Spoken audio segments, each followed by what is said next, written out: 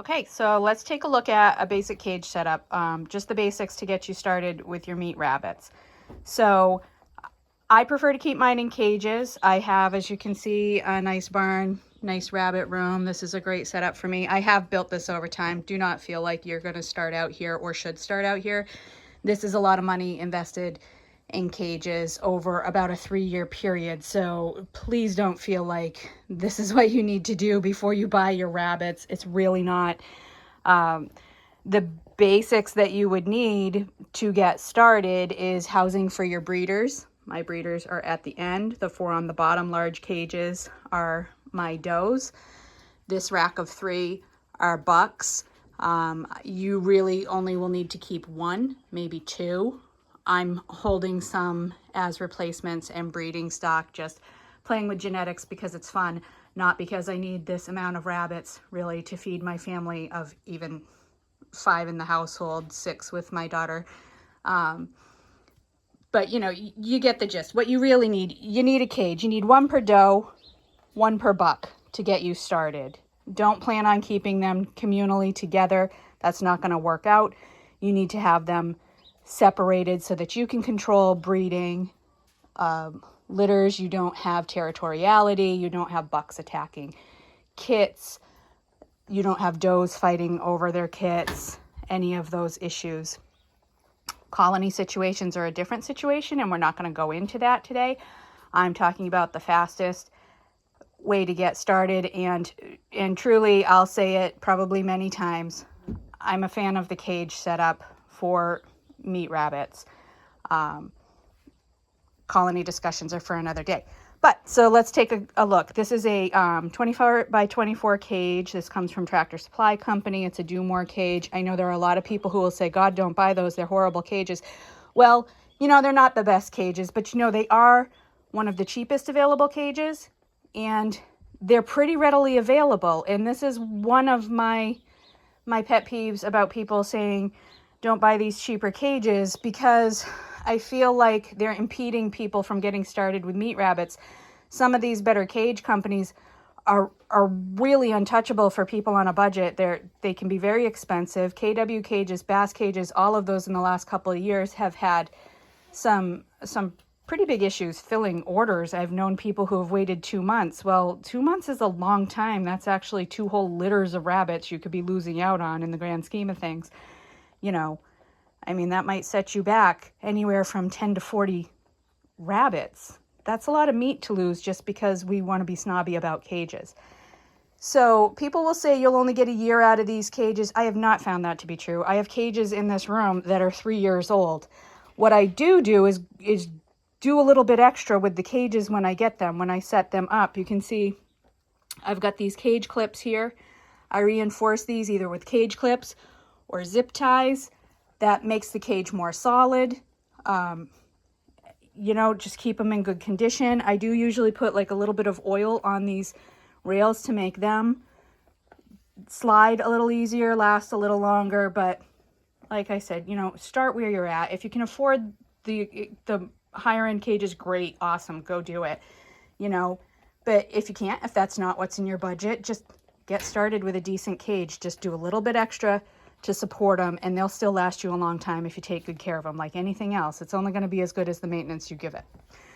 But as far as equipment to get started, these like an 18 by 24, 24 by 24 cage is a good size for a grower. It's not a bad size even for a breeding doe, breeding bucks. I like to keep my does and bucks in a little bit larger cage just because they're spending a lifetime there. So my does are in a 36 by 24 cage. My bucks are in a 30 by 30 cage. But as far as equipment, so you need feed dishes. My preference are these Crocs that hang on the side of the cages. There's, you know, slightly different styles out there. These are affordable and locally available to me. This is what I use. I use the larger size for water. They're going to need more water than they need pellets. And the smaller size is for the pellet. Either one of these. These are both different styles that I use for pellets.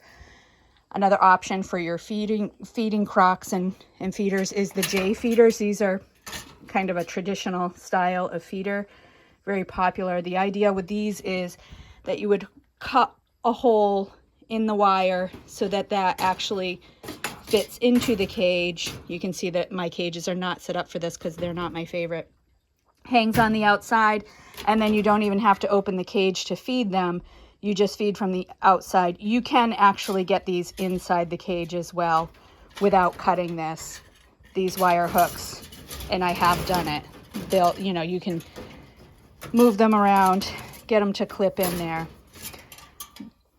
One of the reasons, what's nice about these is they sift out the fines, the dust that falls down into the bottom. What I don't love about them is sometimes rabbits get bored. You get a lot of digging in them, and it can result in a lot of wasted feed. It can also result in overfeeding if you're not careful. Not such an issue for the grow outs, but can definitely be an issue for the breeders.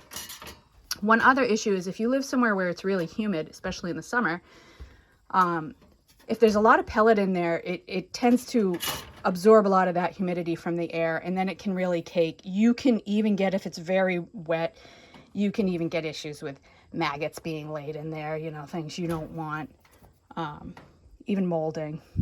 Water, another option for water is, of course, a traditional water bottle.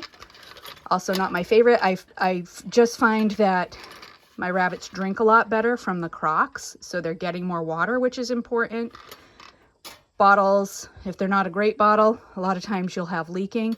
In the winter time, they're difficult, and I live in the Northeast in the United States, so that's an issue. You know, we get a lot of freezing weather. You know, for me to reasonably be able to feed and water in a reasonable amount of time and keep enough water open and available for these animals, I'd have to be thawing or switching bottles kind of probably 3 times a day.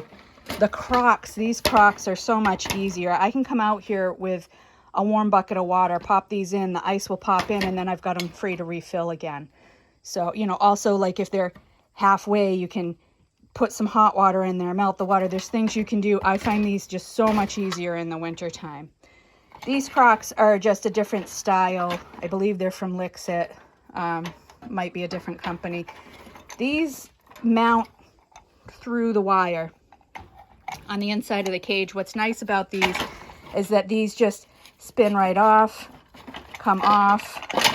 I can do it one-handed.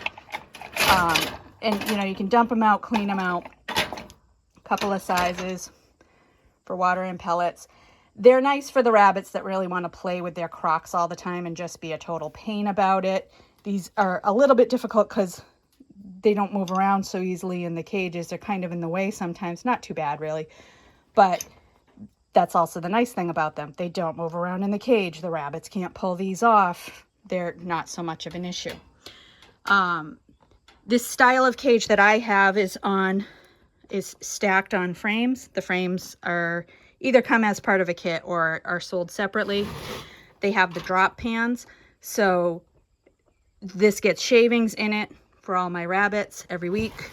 That helps absorb the urine, keeps the odors down during the week, keeps the urine and manure away from the rabbits so that they're not sitting in it, getting sore hocks, getting urine scald, things like that. Rest mat.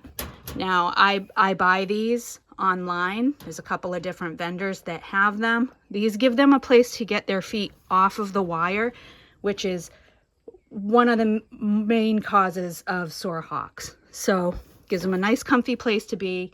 They really enjoy sitting on them. You might have to play around to find the right placement, and the right placement might be different per rabbit because some of those rabbits, you know, they all have like a poop corner, and if you get that in their poop corner, then they're pooping on their mat. That's not the situation you want. And finally, I have a hay rack, obviously a homemade thing.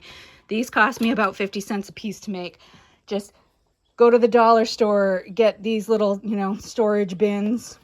We cut them in half, and then we zip tie them on, and they get a good fistful of hay every day. They can free feed the hay.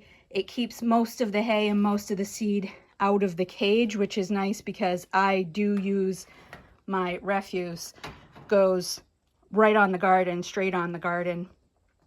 And that keeps that seed and grass seed and weed away from there. But it also keeps most of the hay out of their cage so they're not plugging up these wires.